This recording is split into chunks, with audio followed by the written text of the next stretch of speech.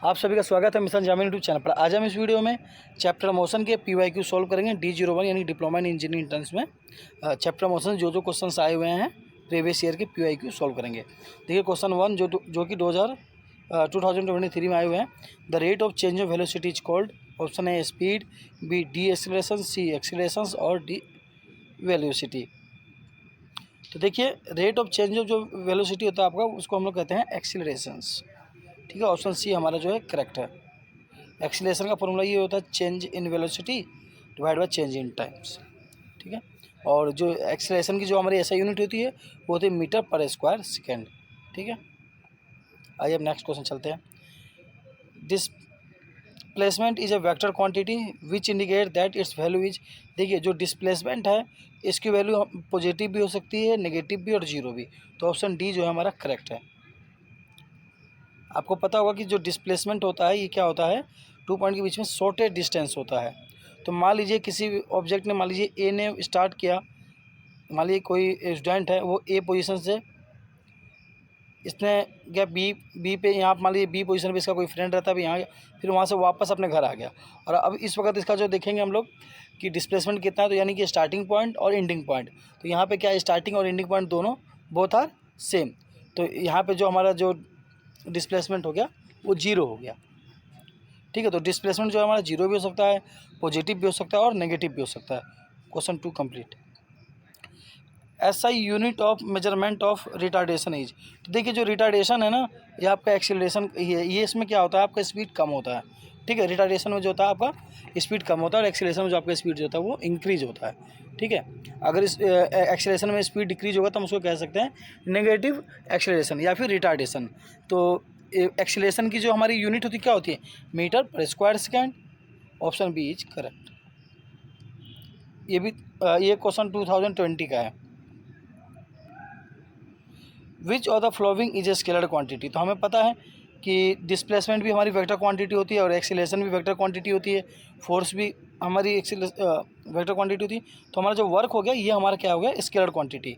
तो option D is correct. ठीक है, work is a scalar quantity.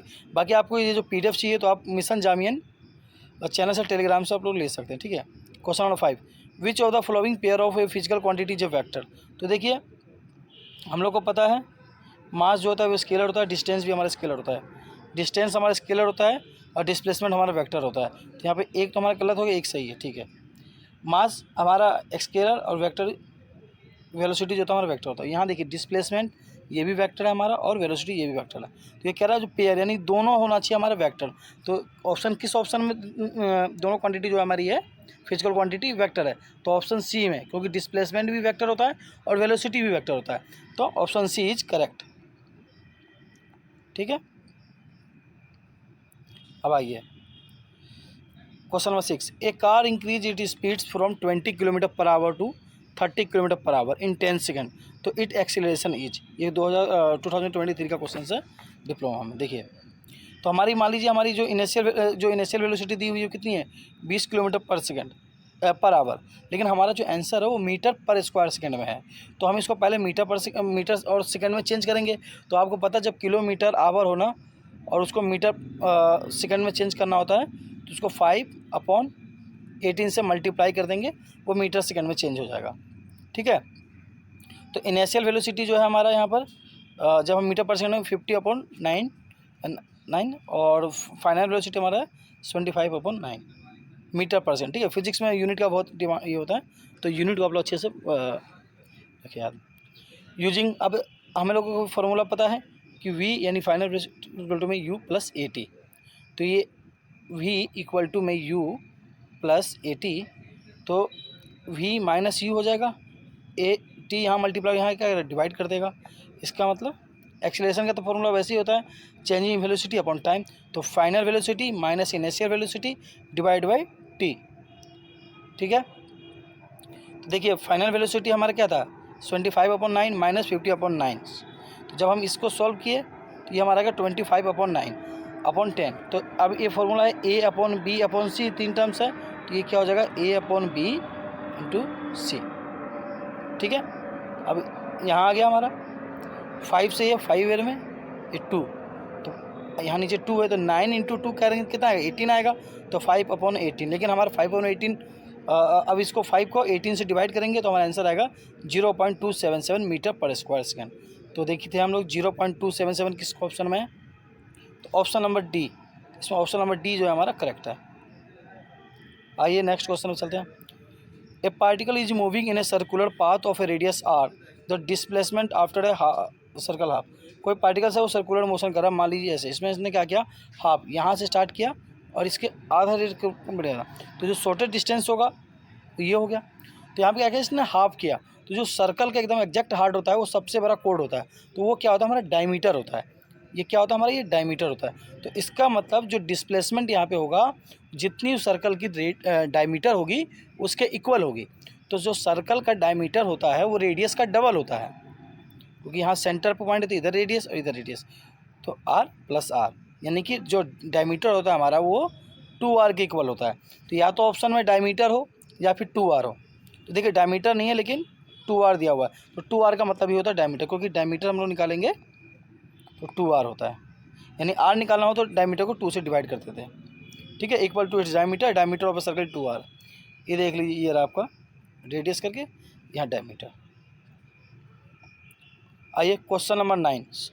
From given VT graph यानी velocity time graph, it can be inferred that the object is. तो ये graph हमें क्या कह रहा है, तो देखिए यहाँ क्या है, वेलोसिटी स्टेट है, इसका मतलब क्या है कि वो वेलोसिटी चेंज नहीं हो रहा है, टाइम बढ़ रहा है लेकिन वेलोसिटी उतना ही है, यानी कि वेलोसिटी चेंज इसमें नहीं हो रहा है। तो ये रेस्ट में तो है नहीं, अगर ये रेस्ट में होता तो इसकी वेलोसिटी क्या होती, 0 होती, लेकिन इसकी वेलोसिटी की कुछ वैल्यू है, तो ये रेस्ट में तो नहीं है, ये ऑप्शन गलत हो गया। ठीक है, और it is a non uniform motion, non uniform motion भी नहीं है ये, क्यों, क्योंकि नॉन यूनिफॉर्म मोशन में क्या होता है, आपकी स्पीड कह लीजिए, वेलोसिटी, ये चेंज होती रहती है। वेलोसिटी कह देंगे हम अगर स्पीड को, तो उसमें हमें डायरेक्शन बतानी होगी, डायरेक्शन नहीं है तो स्पीड है, डायरेक्शन है तो वेलोसिटी है। तो यहाँ देखिए ग्राफ जो है ऊपर नीचे होता है आपका, ठीक है, यानी कि स्पीड वेलोसिटी इसकी चेंज होती है, यहाँ वेलोसिटी चेंज हो रही है, नहीं चेंज हो रही है। इसके अलावा ऑप्शन डी भी नहीं होगा, क्योंकि यूनिफॉर्म एक्सीलरेशन यानी एक्सीलरेशन होता तो क्या होती, इसकी स्पीड इंक्रीज होती, तो यहाँ वेलोसिटी तो एकदम कांस्टेंट है। तो जब वेलोसिटी कांस्टेंट हो या स्पीड कांस्टेंट हो तो इसका मतलब है कि यूनिफॉर्म मोशन है हमारा। तो इसमें कौन सा ऑप्शन करेक्ट हो जाएगा हमारा, ऑप्शन ए जो है हमारा वो करेक्ट हो जाएगा। ठीक है, आइए बाकी देख लीजिए कैसे करेक्ट होगा, ये मैंने पूरा यहाँ लिख रखा है। अब आइए question, slope of A velocity time graph gives. देखिए जो वेलोसिटी टाइम ग्राफ का स्लोप क्या देता है हमें, एक्सीलरेशन देता है, सीधी सी बात है, क्योंकि वेलोसिटी डिवाइड बाई टाइम्स क्या आएगा हमारा, एक्सीलरेशन आएगा। ठीक है, तो वेलोसिटी और टाइम का जो ग्राफ होता है वो हमें हमेशा एक्सीलरेशन देता है।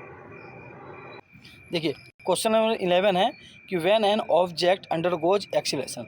देखिए एक्सीलरेशन बॉडी में कब होगा, जब अगर बॉडी में एक्सीलरेशन होगा तो इसका मतलब इंक्रीज भी हो सकता है इसकी स्पीड, जैसे यहाँ हुआ है कि इफ स्पीड ऑलवेज इंक्रीज, नहीं, जब हमारा अंडरगोज बॉडी होगा तो स्पीड एक्सीलरेशन में होगा कोई बॉडी, तो स्पीड इंक्रीज भी हो सकता है, डिक्रीज भी, डिक्रीज होता है तो नेगेटिव में आता है।